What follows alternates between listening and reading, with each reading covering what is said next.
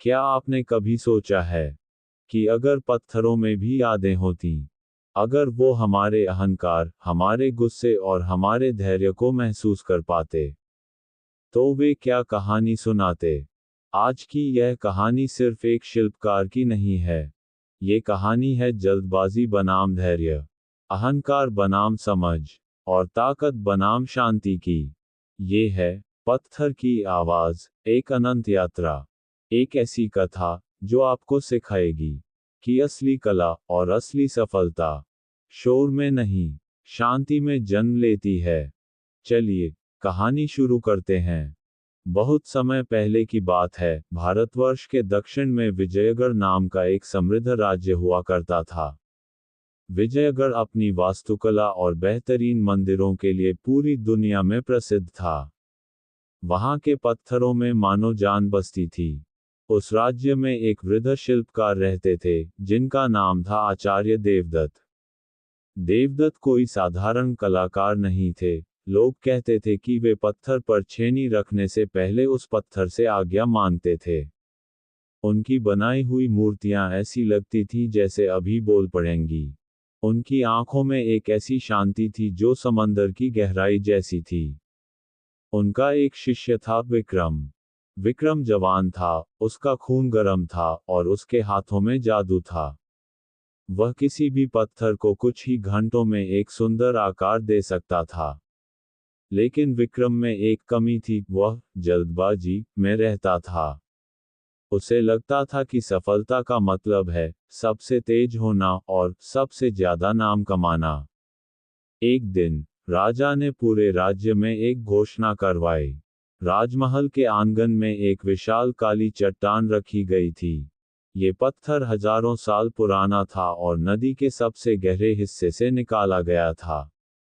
राजा ने कहा, जो शिल्पकार इस कठोर पत्थर से शांति का ऐसा रूप बनाएगा जिसे देखकर क्रोध से भरे इंसान का मन भी शांत हो जाए, उसे राज्य का आधा खजाना और राजशिल्पी का दर्जा दिया जाएगा।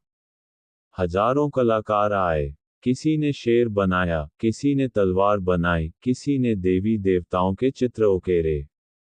लेकिन जैसे ही वे पत्थर पर चोट मारते, पत्थर या तो टूट जाता या उनकी छेनी मुड़ जाती।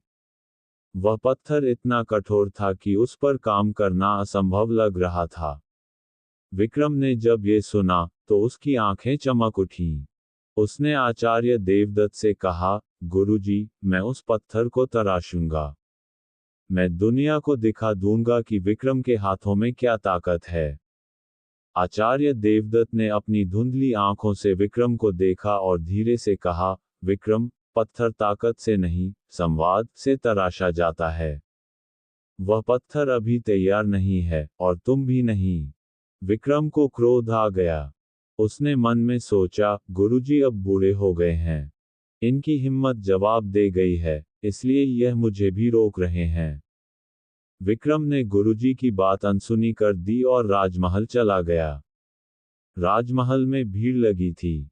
विक्रम ने राजा को प्रणाम किया और कहा, महाराज, मैं इस पत्थर को वह रूप दूंगा जो आज तक किसी ने नहीं देखा।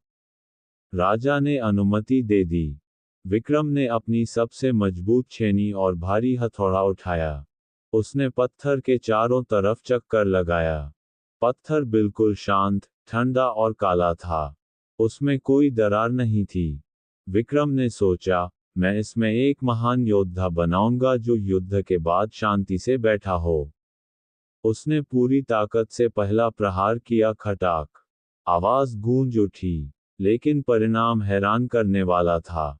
पत्थर नहीं टूटा, बल्कि विक्रम के हथौड़े का हत्था टूट गया और उसके हाथ में जोर का झटका लगा।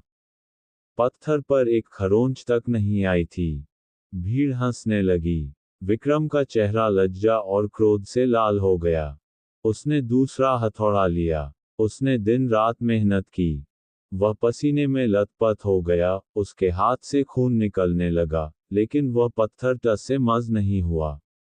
उल्टा, जितना वह पत्थर को मारता, पत्थर उतना ही भद्दे तरीके से जगह जगह से छिल गया।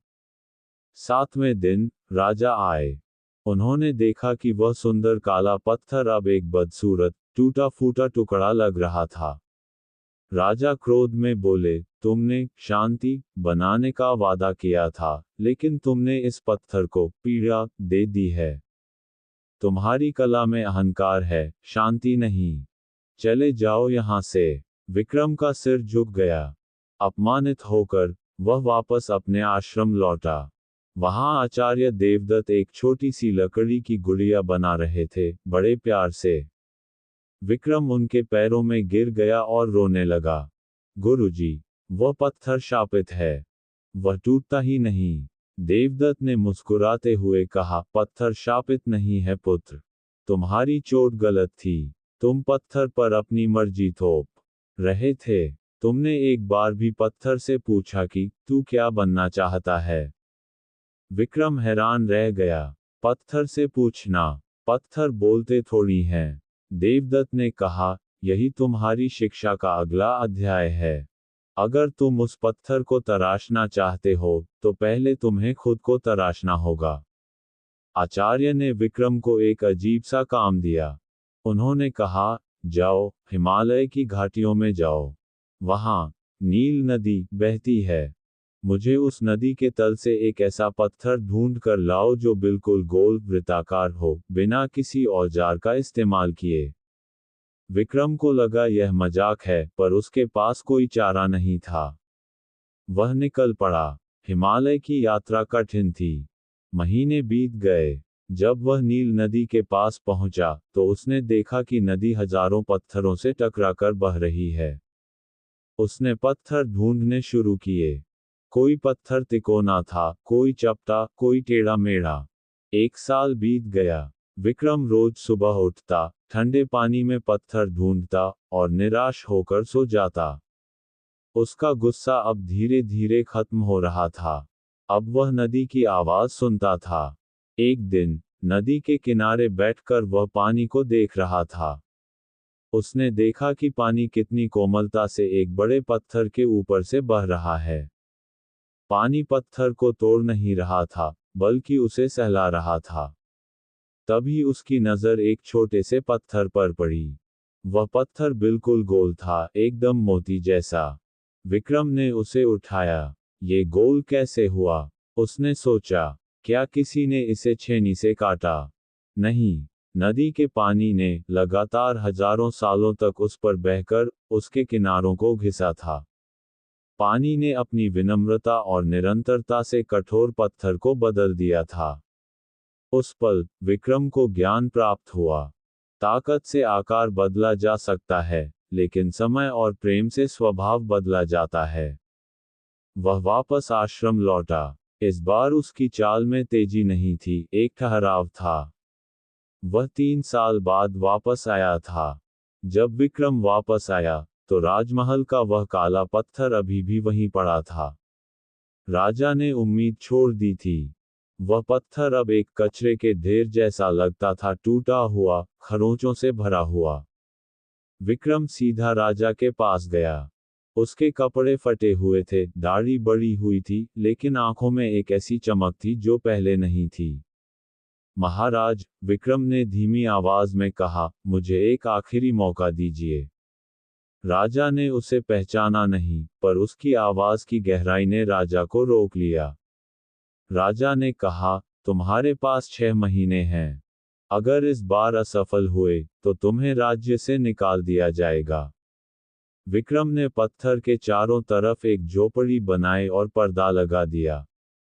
उसने दुनिया से नाता तोड़ लिया। इस बार विक्रम ने हथौड़ा नहीं उठाया। पहले 15 दिन वह सिर्फ पत्थर के सामने बैठा रहा। वह पत्थर को देखता रहा, उसकी टूटी फूटी सतह को महसूस करता रहा। उसने पत्थर से माफी मांगी। मैंने तुम्हें चोट पहुंचाई, मेरे दोस्त। मुझे माफ कर दो। अब मैं तुम्हें वो बनाऊंगा जो तुम्हारे अंदर छुपा है। फिर उसने काम शुरू किया।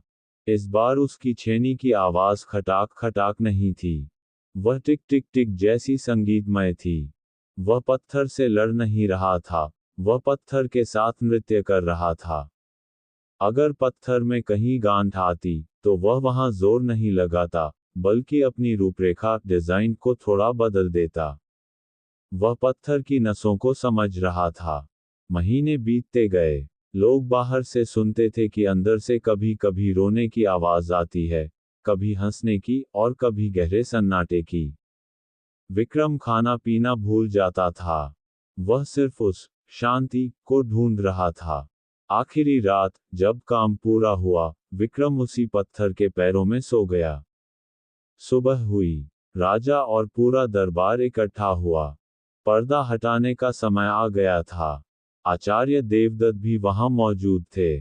जैसे ही पर्दा गिरा, पूरा दरबार सन्नाटे में चला गया। एक सुई गिरने की आवाज भी सुनाई दे सकती थी। वहां कोई भगवान की मूर्ति नहीं थी। वहां कोई राजा या योद्धा नहीं था। वह मूर्ति एक वृद्ध महिला की थी।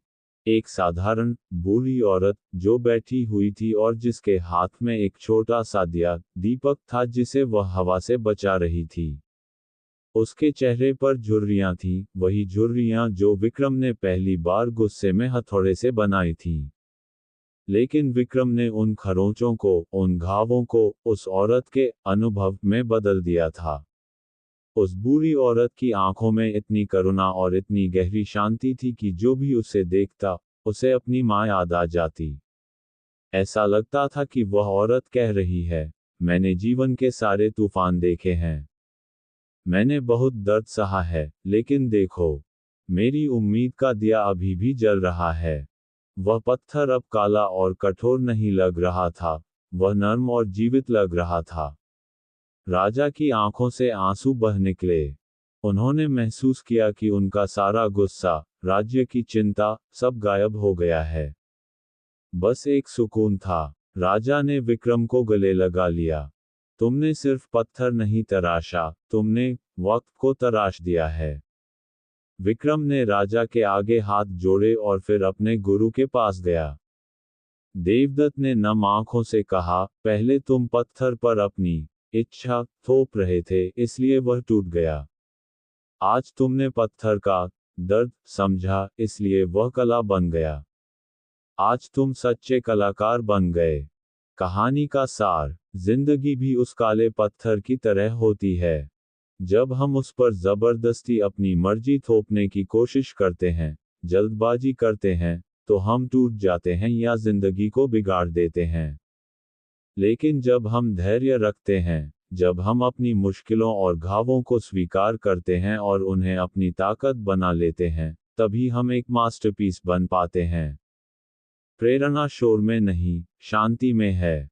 सफलता दौड़ने में नहीं, सही दिशा में चलने में है। विक्रम की तरह, हमें भी अपने जीवन की खरोंचों को मिटाना नहीं है, बल्कि उन्हें तराशकर अनुभव का रूप देना है।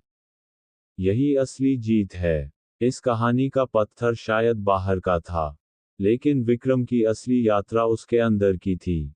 हम सब के जीवन में भी ऐसे ही कठोर पत्थर होते हैं। असफलताएं, अपमान, चोटें और इंतजार। सवाल यह नहीं कि हम कितनी जोर से प्रहार करते हैं। सवाल यह है कि क्या हम सुनना जानते हैं। अगर यह कहानी आपको कहीं छू गई हो, अगर इसने आपको थोड़ा शांत किया हो, तो इसे अपने किसी अपने के साथ जरूर साझा करें। ऐसी ही गहरी कहानियों और जीवन के अर्थ से भरे विचारों के लिए चैनल को सब्सक्राइब करें, वीडियो को लाइक करें, और कमेंट्स में बताएं, आप अपने जीवन के किस पत्थर को तराश रहे हैं। मिलेंगे अगली कहानी में, तब तक शांति में रहिए।